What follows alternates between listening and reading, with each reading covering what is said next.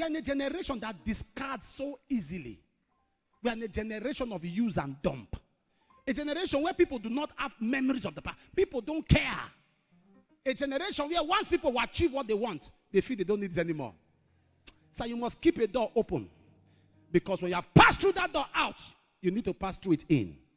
Don't take up the ladder that helped you. Because you may need to climb down. There are so many people today. We are in a generation where people think this generation has no memory. All they think of is today. Something, the jawbone of an axe that helped you to kill 1,000 people, sir. That's not the kind of bone to throw away. You will know there's something in that bone. That it was beyond just a bone. There was power in the bone. That's a bone you keep in. There are relationships you don't break. For life. For life. Sir, for life. There are some contacts you don't break for life. There are some people that you owe thanks for life. There are some boss in your office, even if they mess up and they get you angry, sir, honor them for life. Because the times they came into your life was strategic. They gave you a platform, gave you a coloration. Am I talking to somebody right now? A generation that discards. The same man of God who dedicated your baby is the one you are fighting. The same pastor who dedicated your baby, and that's your church. That's your branch. That same pastor, you will sit down, you will finish the wife. Because you feel you don't need a jawbone anymore.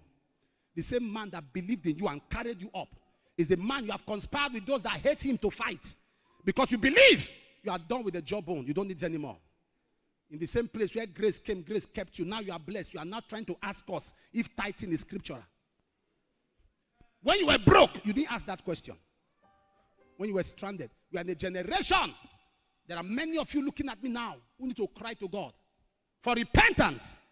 Because you feel you don't need a jawbone anymore.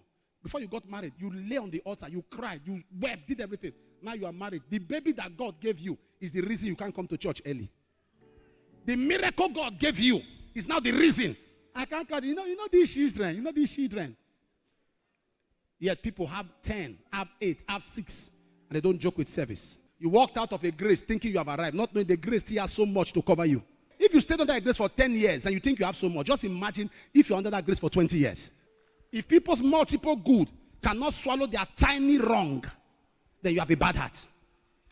The good they have done should be what will fill your head. Not the tiny wrong. You know, in a generation where if you keep supporting, the day you don't support, you're a bad person. Why are you there for me? Why are you there for me? You are not done anything. You are not done anything. I don't care. So long you are not feeding me, I don't care. Anybody that you talk to me, I bullshit you, man.